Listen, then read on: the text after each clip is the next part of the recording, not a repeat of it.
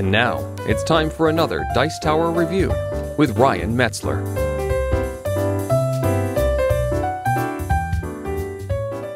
Hey everyone, it's Ryan Metzler here, and today we're going to be taking a look at an abstract game. I have a little bit of an older copy. This is Quoridor, Quoridor Classic in my case, printed by Gigamic Games. And this is going to be, as I said, a 2- or 4-player abstract game in which the goal is to move from one side of the board to the other while your opponent tries to stop you by placing walls. And whoever manages to get to the other side of the board before their opponent is going to be the winner.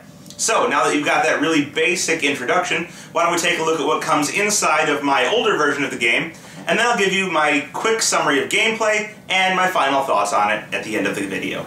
So here you can see the setup for Quoridor, and this is basically an abstract game. It can play 2 or 4 players. I'm only going to show the 2-player variant, but know that there are pawns for up to 4 players.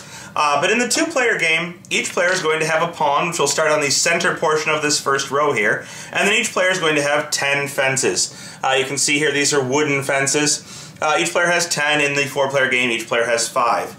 And the objective here is to get across the board to your opponent's first row before they get to yours. And on your turn, you're simply going to have one of 2 choices of what to do.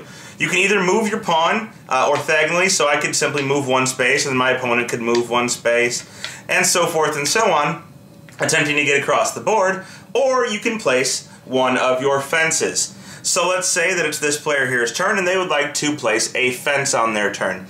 And they have to place it so that it covers 2 squares, essentially. So let's say they wanted to place and stop the opponent from going that direction.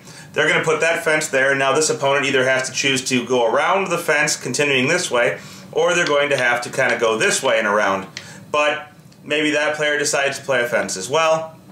And then this player here would move, and then maybe this player over here again decides to play a fence, blocking them off.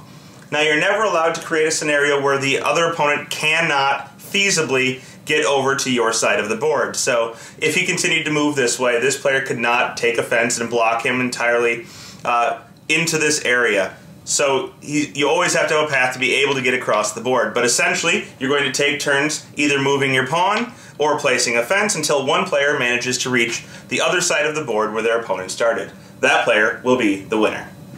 And so there you have it. That is the gameplay of Quoridor Classic. Now, let's go into the pros and cons of the game. Pros first.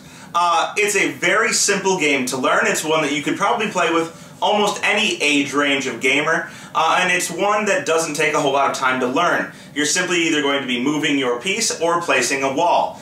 And that also kind of lends to the cons of the game. And that myself, not being a much of an abstract player, I don't see that much of a strategy in it. It's simply prevent your opponent from moving the best that you can, and when you have a chance to take a move and maybe put yourself in a position where your opponent can't really stop you, take that chance.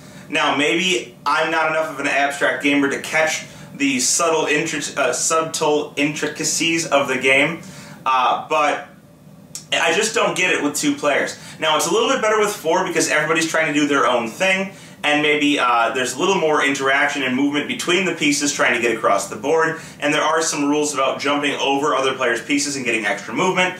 But with 2, it doesn't do it for me. So if you are an abstract gamer and you think this is something that sounds interesting to you, why don't you check it out? Even though it's not my cup of tea, it may very well be something that many of you enjoy. Thanks so much for watching the Dice Tower videos. Find more great videos and reviews, as well as our top-rated audio podcast at Dicetower.com. You can also find the latest board game news at Dicetowernews.com. I'm Eric Summerer, and you've been watching The Dice Tower. The Dice Tower is sponsored by Fun Again Games, the world's best game source. Fun Again Games has over 5,000 games available. Check them out at funagain.com.